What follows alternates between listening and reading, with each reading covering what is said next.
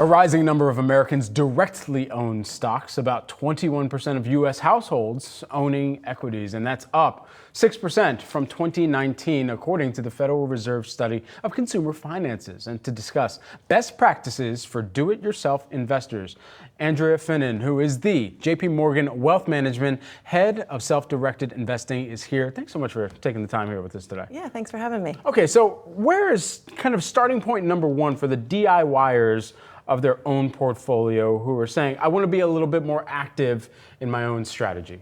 Sure. I think it's important for our DIYers to understand where they're at in their financial life, right? How much do they have to invest and what's right for them, right? So getting started early is a really important tip, but I think acknowledging where the industry has evolved, right? Interest rates have risen over the past few years, and so people who were investing in both equities and some options activity really need to think about the full continuum of asset classes, right? All the way from cash and FDIC insurance, all the way through to fixed income bonds, treasuries, money market funds, ETFs, and mutual funds.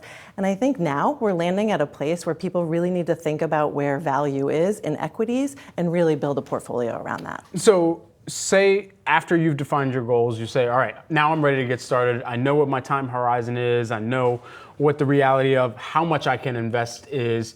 Where do you get started from there? Yeah, I think there's a ton of great tools. I would find the experts, right? Go to credentialized places to get information and learn. I really strive for people to become curious in investing and learn and use the tools. We have a great value prop within our JPMorgan experience that allows you to explore ideas and think about what could be next. Tap into the Analyst Ratings, tap into CIB research pieces that might be great for you.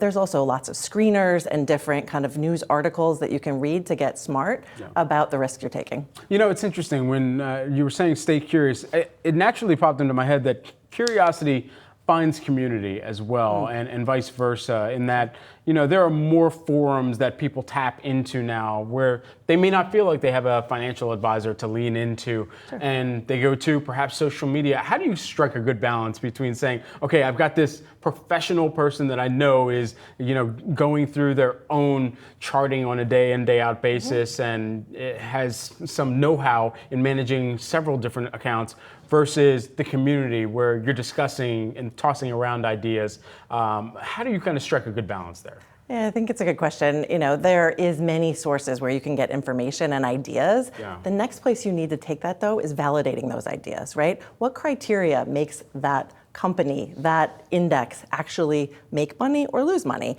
And be aware and comfortable with that. And so use the tools that are available, but use all of those destinations for inputs, but not really the golden source for where you transact. There have been several moments this year that investors can really kind of point to and say, okay, that changed how I might invest, whether that is one of their favorite names, Chipotle, for instance, seeing a stock split, or maybe it's a theme that's taken off. What are some of the ways to stay grounded even when you do have major events like that happening, either in single names that you enjoy or themes that have really caught your attention too?